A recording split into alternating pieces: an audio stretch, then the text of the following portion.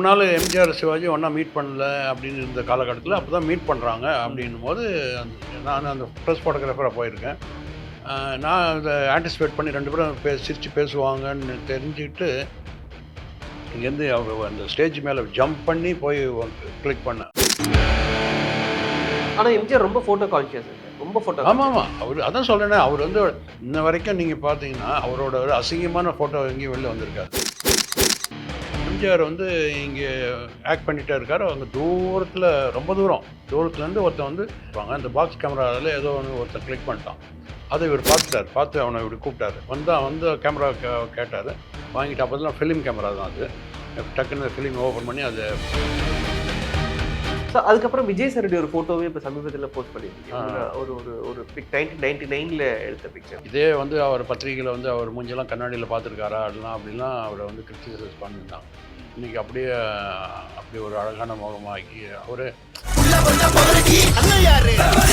அஜித் சாருடையும் நீங்கள் சின்னதாக ஒர்க் பண்ணி. இல்லை, அஜித் சார் கூட நான் ஒர்க் பண்ணலை. பட் காதல் மன்னன், காதல் கோட்டை இதெல்லாம் வந்ததுக்கப்புறம் தான் அவர் வந்து எல்லோரும் நோட்டீஸ் பண்ண ஆரம்பித்தோம். அதுக்கு முன்னாடி ஒரு பையன் நல்லா இருக்கான், அழகாக இருக்க, துருன்னு இருக்கான் அப்படின்னு தான்.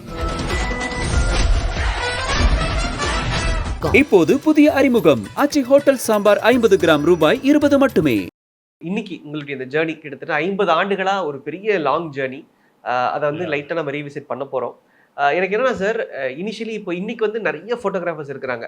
கரெக்டாக சொல்லணும் அப்படின்னா இந்த 2010 பவர் கட்டுக்கு அப்புறமா நிறைய ஃபோட்டோகிராஃபர்ஸ் வந்து வந்தாங்க. இன்னைக்கு இண்டஸ்ட்ரியில் எக்கச்சக்கமான ஃபோட்டோகிராஃபர்ஸ் இருக்கிறாங்க. ஆனால் இந்த 70s காலகட்டங்களில் ஃபோட்டோகிராஃபி அப்படிங்கிறது பெரிய பூம் அடையாத ஒன்று. அண்ட் சினிமா இண்டஸ்ட்ரி அப்படின்றதும் ரொம்ப பார்ஷான ஒன்று. ஸோ ஃபோட்டோகிராஃபி தான் என்னுடைய கரியராக இருக்க போகுது அப்படிங்கிறது நீங்கள் தேர்வு செய்த ஒரு விஷயம் தானே சார்? இல்லை, நான் வந்து சினிமா ஃபோட்டோகிராஃபராக சினிமா ஃபோட்டோகிராஃபர் ஆகக்கூடாதுன்னு இருந்தேன்.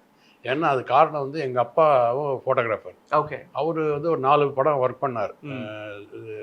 திருநீலகண்டர்னு டிஆர் மகாலிங்கம், சௌகர் ஜானகி நடித்த படம், சிங்கப்பூர் சீமான், அப்புறம் இன்னும் 2 படம். இப்போ அந்த சின்ன படம் ப்ரொடியூசர்ஸ் எல்லாம் என்ன பண்ணுவாங்கன்னா, எங்கள் அப்பா கிட்ட நீங்கள் வெங்கட்ராமன் வரும்போது ஒரு 250 ரூபா எடுத்துகிட்டு வாங்க, ஈவினிங் எல்லாருக்கும் டிஃபன் வாங்கி கொடுக்கணுன்னாரு. அப்போ நான் இதை கேள்விப்பட்டுட்டு, எதுக்கு இந்த மாதிரி நம்ம காசு கொடுத்து அவங்களுக்கு இது பண்ணுறதுக்கு எதுக்கு நம்ம அந்த தொழிலுக்கு போகணுன்னு போவானான்னு இருந்தேன் நான். அப்புறம் நான் அந்த டைமில் வந்து எங்கள் அப்பா ஆஃபீஸுக்கு மேலே வந்து சுபாஷ் சுந்தரம்னு ஃபேமஸ் ப்ரெஸ் ஃபோட்டோகிராஃபர். அவர் எல்லா பத்திரிகைக்கும் ஃப்ரீலான்ஸ் ஃபோட்டோகிராஃபராக இருந்தார். அவர் ஆஃபீஸுக்கு அடிக்கடி நான் மேலே போவேன். மேலே போனால் தண்ணியில் அந்த பிரிண்ட்டு போட்டுட்டு உள்ளே டார்க் ரூமில் பிரிண்ட்டு போட்டுட்டு கொண்டாந்து வாஷிங்காக வெளியில் போட்டிருப்பாங்க. அந்த டைமில் இவர் என்ன பண்ணால் அங்கே வந்து எல்லா ஜேர்னலிஸ்ட்டும் வருவாங்க. சித்ரா லட்சுமணன், பிரபல பத்திரிகைக்காரங்கள்லாம் அங்கே வருவாங்க அவர் ஆஃபீஸுக்கு. அங்கே உட்காந்து அப்படியே அரட்டை அடிச்சுட்டு இருப்பாங்க. அப்போ அவர் எல்லாருக்கும் மசாலோட டீ வாங்கி கொடுப்பாரு. ஓகே. சரி, அதான் எனக்கும் அந்த மாதிரி கொடுக்கவும் நான் எனக்கு அதை வாங்கி சாப்பிட்டு இதோன்னு ஏதாவது நன்றி ஆரம்ப திருப்பி நம்ம செய்யணும் அப்படின்ட்டு தண்ணியில் இருக்க பிரிண்டெல்லாம் வாஷ் பண்ணேன். அப்படி தான் நான் அதில் இன்ட்ரெஸ்ட் வந்து அப்படியே கற்றுக்கிட்டது. அவர் தான் குருநாத் சுபாஷ் சுந்தரம் தான் இது. அப்படியே ப்ரெஸ் ஃபோட்டோகிராஃபராக இருந்தேன். அப்போ ப்ரெஸ் ஃபோட்டோகிராஃபராக இருக்கும்போது சித்ரா லட்சுமணன் அங்கே வருவார். அவர் வந்து ஸ்டுடியோக்கெல்லாம் என்னை அழைச்சிட்டு போவார் பத்திரிக்கை. ஏன்னா அவர் வந்து எல்லா பத்திரிக்கைக்கும் ஃப்ரீலான்ஸ் ஃபோட்டோகிராஃபர் சுபாஷ் சுந்தரம். அதனால் ஃபோட்டோ அவங்களுக்கு சார்பாக நான் போய் நடிகர்லாம் ஃபோட்டோ எடுத்து எல்லாருக்கும் கொடுக்கணுன்றதுக்காக. அப்படி போகும்போது ஃபஸ்ட்டு என்னை வந்து சிவகுமார், ஜெய்சங்கர் இவங்கள்ட்டெல்லாம் அறிமுகப்படுத்துறது சித்ரா லட்சுமணன் தான். அப்படி தான் சினிமா அதில் போயிட்டு இருந்தேன். அப்புறம் ஜென்ரலில் பொலிட்டிக்கல் இதெல்லாம் போய் எடுக்கிறதும் பண்ணிகிட்டு இருந்தேன். பட் அது வந்து எனக்கு ரொம்ப பிடிச்சிருந்தது அது. ஏன்னா வந்து காலையில் வந்து ஒரு கவர்னரை ஃபோட்டோ எடுக்கலாம், ஈவினிங் வந்து ஒரு காப்லரை, ஒரு செருப்பு தைக்கிற ஃபோட்டோ எடுக்கலாம். அந்த வேரியேஷன்லாம் நம்ம பார்க்கலாம், பலரோட பழகலான்ற ஒரு இதெல்லாம் இருந்து எனக்கு ரொம்ப பிடிச்ச ப்ரொஃபஷனாக இருந்தது. சினிமாவுக்கு வரக்கூடாதுன்னு இருந்தேன். பட் என்னென்னா அன்ஃபார்ச்சுனேட்லி அங்கே வந்த செல்வராஜன் இருக்க அன்னக்கிளி கதாசிரியர், அவர் என்ன பண்ணார், திடீர்னு என் பேரை போட்டு நான் நல்லா எடுக்கிறேன்னு அங்கே அவர் வந்து முதல்லாம் பார்த்துட்ருக்காரு. அப்போ வந்து என் பேரை என்னை கேட்காமையே வந்து காமதேனுன்னு ஒரு படம், இது இளையராஜா பிரதர் பாஸ்கரும் ஒரு ஹீரோ, அதில் போட்டு 5 ஹீரோக்கள் வச்சு ஒரு படம் பூஜை போட்டு என் பேரை இன்விடேஷனில் ஸ்டில்ஸ் ரவின்னு போட்டு கொண்டாந்து கொடுத்தாரு. அதான் ஃபஸ்ட்டு அவரை தான் இது பண்ணார் என்ன. அந்த படம் 5 நாள் தான் நடந்தது, அதுக்கப்புறம் நின்று போச்சு அது. அதுக்கப்புறம் ஸ்ரீபிரியா ஒரு படம் அவங்க ரெக்கமெண்ட் பண்ணாங்க, ஸ்ரீபிரியா தான் ரெக்கமெண்ட் பண்ணி பைரவின்னு ஒரு படம், அதுதான் என்னோட ரஜினி சாருமே அதில் ஹீரோ. ஆமாம், ஹீரோன்னு பண்ணால் அதுதான் மெயினாக என் ஃபஸ்ட்டு படம். அப்படி தான் அந்த சினிமாவுக்கு வரக்கூடாதுன்னு இருந்தவன் அப்படி புஷ் பண்ணி இருந்திருக்கு சார். அதான் புஷ் பண்ணி அதான் அது அப்படி வரணும்னு இருந்தது. பட் அது வந்ததுனால எனக்கு வந்து பல என்ன சொல்றீங்க என்கரேஜ்மெண்ட் கிடைச்சது எனக்கு. சினிமா ஆர்டிஸ்ட்டு இவங்கெல்லாம் என்கரேஜ்மெண்ட் நல்லா. எந்த ஒரு செலிபிரிட்டி நான் மிஸ் பண்ணிட்டேன் பிக்சர்ஸ் எடுக்காம அப்படின்னு யாராவது யோசிச்சிருக்கீங்க? இல்லை, நான் அது 80s எல்லா ஆர்டிஸ்டும் எடுத்திருக்கேன். நான் எடுத்த மிஸ் ஆனது நதியா மேடம், அவங்க தான் எடுக்கல. நான் அந்த இதுக்கு இது ரெடியாக அவங்க மட்டும் தான் மிஸ் ஆனது. ஆமாம், மற்ற எல்லா ஹீரோயின்ஸும் நிறைய எல்லாத்தையும் எடுத்திருக்கேன் நான். ஓகே. பட் அவங்க தான் மிஸ் ஆகிடுச்சு நம்ம. Okay okay sir. And Kamarajar சாரோட நீங்கள் முன்னாடி ஐ மீன் உங்கள் மென்டரோட நீங்கள் போயிட்டு எடுத்த பிக்சர்ஸ் இருந்து? ஆமாம், அப்போ அவர் கூட நிறைய ப்ரெஸ் ஃபோட்டோகிராஃபி எடுக்க போகும்போது போயிருக்கேன் நான். அவர் ஃபங்க்ஷனு, எம்ஜிஆர் ஃபங்க்ஷனு, இதெல்லாம் போய் எடுத்திருக்கேன். பட் பொலிட்டிக்கல் லீடர்ஸை ஃபோட்டோ எடுக்கிறதுன்றது ஒரு ஒரு இன்னும் அதிகமான சேலஞ்சிங்காக இருக்குல்ல. பிகாஸ் ஆர்டிஸ்ட் அப்படின்றவங்க போஸ்டர்ஸாக கொடுத்துருவாங்க, அது வேற. பட் பொலிட்டிக்கல் லீடர்ஸ் அப்படின்றப்ப அவங்களோட சரிஷ்மா, அவங்களுடைய அந்த இல்லை, அது வந்து கேண்டிடேட்டாக தான் எடுக்கணும். அது நான் வந்து அவ்வளோ எடுக்கல. பட் என் குருநாதர் எடுக்கும்போது பார்த்துருக்கேன். இப்போ கூட இந்த எம்ஜிஆர் வந்து இப்படி இப்படி வச்சுக்கிட்டு சிரிச்ச மாதிரி ஒன்று இருக்கும், அது எல்லா ஊர் ஃபோட்டோ ரொம்ப ஃபேமஸ்ஸு. அது அவர் தான் எடுத்தார். அதெல்லாம் கேண்டிடாக எடுத்தது. அவர் நாலேஜ் இல்லாமல் சொல்லி எடுக்கலை, அவர் ஸ்டேஜில் அப்படி சிரிச்சிட்டு இருக்கும்போது எடுத்து. அது மாதிரி நிறைய அவரோட நான் எடுத்தது ஒன்றே ஒன்று என்னென்னா, எஸ்எம் சுப்பையா நாயுடுக்கு பணம் முடிப்பு கொடுக்குற மாதிரி ஒரு காசு ஏதோ பொருட்கள் கொடுக்குற மாதிரி ஒரு ஃபங்க்ஷன் நடத்துனது. அப்போ வந்து ரொம்ப நாள் எம்ஜிஆர் சிவாஜி ஒன்றா மீட் பண்ணல அப்படின்னு இருந்த காலகட்டத்தில் அப்போ தான் மீட் பண்ணுறாங்க. அப்படின்னும் போது நான் அந்த ப்ரெஸ் ஃபோட்டோகிராஃபராக போயிருக்கேன். நான் அதை ஆன்டிசிபேட் பண்ணி 2 பேரும் சிரித்து பேசுவாங்கன்னு தெரிஞ்சுக்கிட்டு இங்கேருந்து அந்த ஸ்டேஜ் மேலே ஜம்ப் பண்ணி போய் கிளிக் பண்ணேன். 2 பேரும் சிரித்து பேசினாங்க. டக்குன்னு ஓடி போய் அந்த ஜம்ப் பண்ணி போய் டக்குன்னு கிளிக் பண்ணிட்டு வந்தோன்னே ஹோல் தேட்டரு ஆடிட்டோரியமே கிளாப்ஸ் பண்ணாங்க. அதுதான் எனக்கு வந்து மறக்க முடியாத நிகழ்ச்சி அது. ஏன்னா அதுக்கப்புறம் ஸ்டேஜில் பேசின இப்போ நாங்கள் 2 பேரும் ஏதோ எலியும் பூனையும் மாதிரியும் நாங்கள் சிரித்து பேசும்போது அந்த ஃபோட்டோ எடுத்தார் அப்படின்னு ஸ்டேஜில் அவர் அதை பற்றி பேசி அப்புறம் வேறு ஏதோ பேசினாங்க. அது வந்து ஆனால் எம்ஜிஆர் ரொம்ப ஃபோட்டோ கான்ஷியஸ் சார், ரொம்ப ஃபோட்டோ. ஆமாம், அவர் அதான் சொல்கிறேனே, அவர் வந்து இன்ன வரைக்கும் நீங்கள் பார்த்தீங்கன்னா அவரோட ஒரு அசிங்கமான ஃபோட்டோ எங்கேயும் வெளில வந்திருக்காது லைஃப்பில். அவர் கேரியரில் சின்ன வயசு ஃபோட்டோ வேற விட்டுருங்க. அதுக்கப்புறம் அவர் இதானதுக்கப்புறம் ஒரு ஃபோட்டோ இது இல்லாமல் தொப்பி இல்லாமல் ஒன்லி அந்த குண்டடி பட்டப்ப இருந்து தான் ஒழிய அதெல்லாம் வந்து இது இல்லாமல் தொப்பி இல்லாமல் அது இல்லாமல் ஃபோட்டோவே வெளியில் வராது. ரொம்ப கான்ஷியஸ் அவர் வந்து. அதே மாதிரி இன்னொரு இன்சிடெண்ட் நடந்தது இதுலன்னா, நான் எங்கள் குருநாதர் கூட பல்லாண்டு வாழ்கன்னு ஒரு படத்துக்கு போயிருந்தோம். கலசாபுரம்னு ஒரு ஊர். அங்கே ஷூட்டிங் எடுக்கும்போது அது அவுட்டோரில் தான் செட்டு போட்டு எடுக்கிறாங்க. எம்ஜிஆர் வந்து இங்கே ஆக்ட் பண்ணிகிட்டே இருக்கார். அங்கே தூரத்தில் ரொம்ப தூரத்துலேருந்து ஒருத்தன் வந்து அப்போல்லாம் என்ன பாக்ஸ் கேமரா தானே வச்சுருப்பாங்க. அந்த பாக்ஸ் கேமராவில் ஏதோ ஒன்று ஒருத்தன் கிளிக் பண்ணிட்டான். அதை இவர் பார்த்து அவனை இப்படி கூப்பிட்டாரு. அவனும் ஏதோ ஆசையாக ஓடி வந்தான், ஏதோ நம்மளை ஏதோ இது பாராட்டுறது ஏதோ அப்படின்ட்டு வந்து கேமரா கேட்டார். வாங்கிட்டு அப்போதெல்லாம் ஃபிலிம் கேமரா தான் அது. டக்குன்னு ஃபிலிம் ஓப்பன் பண்ணி அதை ஃபாக் பண்ணிட்டார். அது யூஸ் பண்ண முடியாத அளவுக்கு அதை ஃபாக் அப்படி ஓப்பன் பண்ணால் ஃபாக் ஆகிடும். அதை ஆஃப் பண்ணி கொடுத்துட்டார். இனிமேல் எடுக்காதீங்க, சொல்லாமல் எடுக்காதீங்கன்றார். ஏன்னா அவரோட ராங்கான ஃபோட்டோ வெளியில் ஒன்று கூட போகக்கூடாதுன்றதுல ரொம்ப கான்ஷியஸாக இருந்தார் அவர்.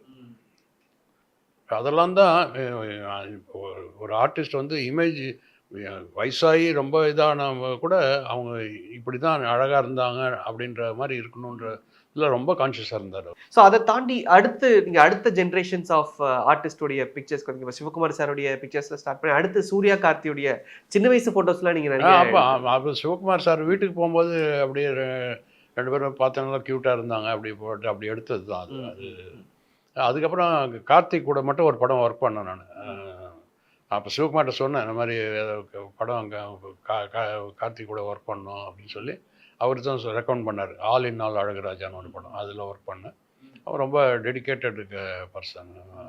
ஸோ அதுக்கப்புறம் விஜய் சாருடைய ஒரு ஃபோட்டோவே இப்போ சமீபத்தில் போஸ்ட் பண்ணியிருந்தீங்க. ஒரு ஒரு ஒரு பிக் 1999ல் எடுத்த பிக்சர். ஸோ அந்த பிக்சர் அதுக்கப்புறம் விஜய் சாருடைய லுக்ஸ் வந்து வேற மாதிரி மாற ஆரம்பிச்சது. லைக் ஆஃப்டர் 2003-04 அவருடைய லுக்ஸ் மாற்ற ஆரம்பிச்சாரு. ஸோ ஒர்க்கிங் வித் விஜய் எப்படி இருந்தது? லைக் அவருடைய அந்த விஜய் ஒரு படம் தான் ஒர்க் பண்ண, அந்த ஒரு படம் தான் இது. பட் அதுக்கப்புறம் அதில் அவர் கொஞ்சம் பேசிக்கலாக ரிசர்வ்டு. அந்த டைமில் நான் ஒர்க் பண்ண டைமில் ரொம்ப ரிசர்வ்டு. அதனால் ஒன்றுமே பேச்சுவார்த்தைகள் இப்போ தாசி ஹலோ சார் ஹலோ ஹலோ அப்படி தான் பேசி அந்த அளவுக்கு தான் இருந்தது நமக்கு. அதனால் இன்னராக அவரை பற்றி நமக்கு ஒன்றும் அந்த பீரியடில் ஒன்றும் தெரியாது. பட் ஆனால் வளர்ச்சி நல்ல. இதே வந்து அவர் பத்திரிகையில் வந்து அவர் மூஞ்செல்லாம் கண்ணாடியில் பார்த்துருக்காரா அப்படிலாம் அவரை வந்து கிரிட்டிசைஸ் பண்ணியிருந்தாங்க.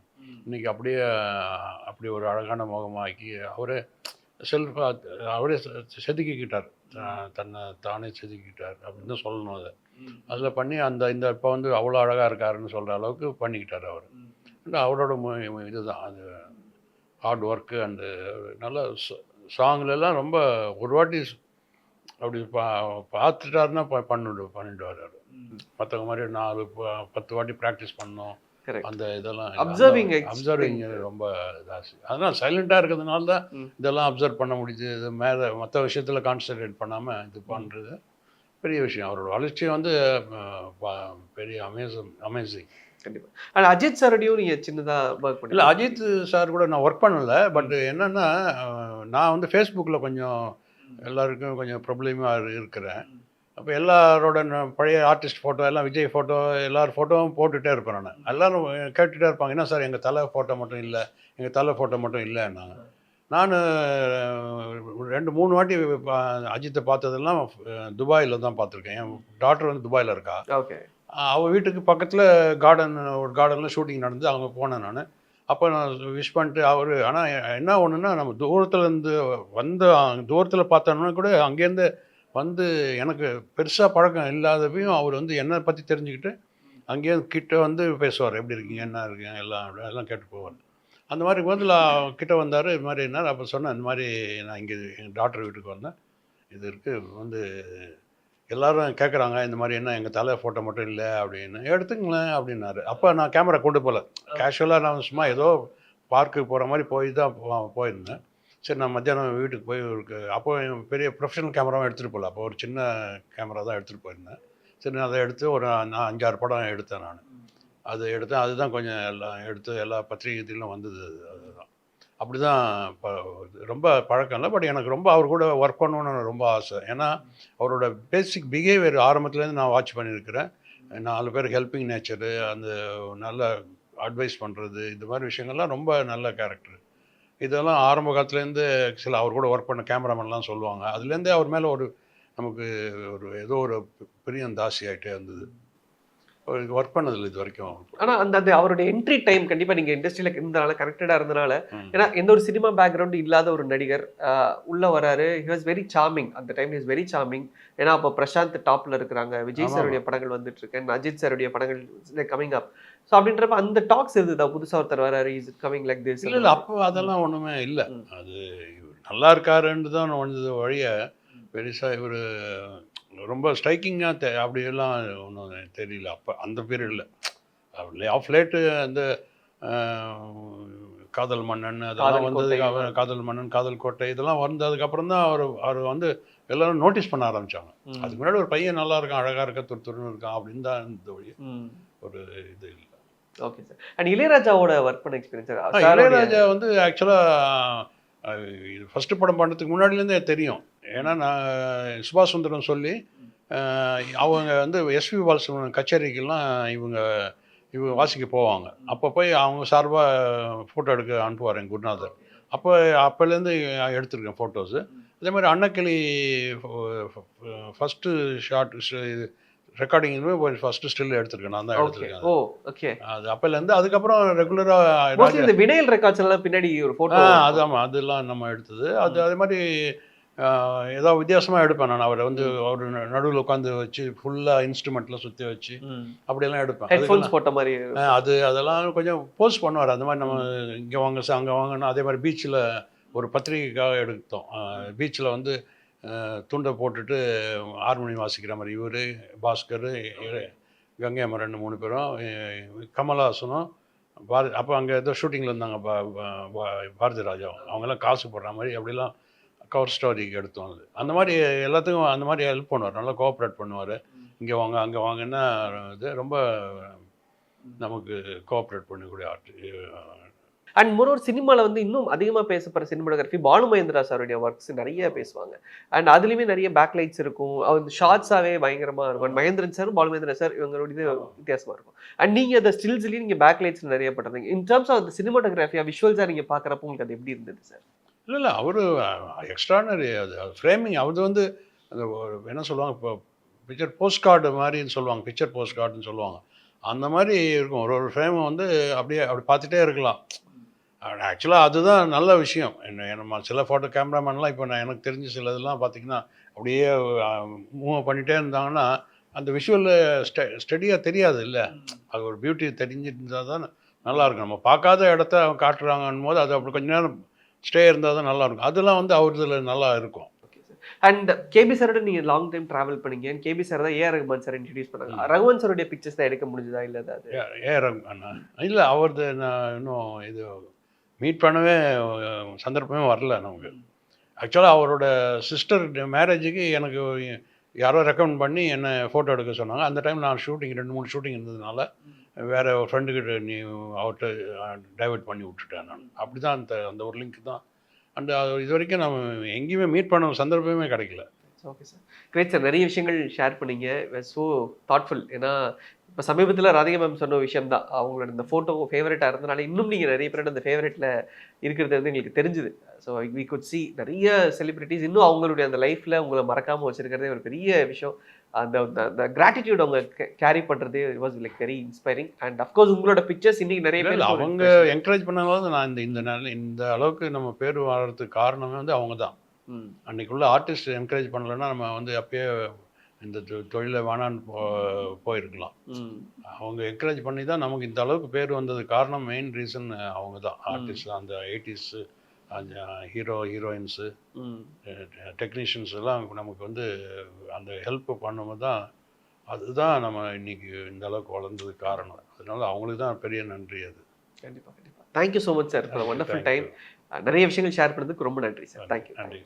இப்போது புதிய அறிமுகம் ஆச்சி ஹோட்டல் சாம்பார் 50 கிராம் ரூபாய் 20 மட்டுமே.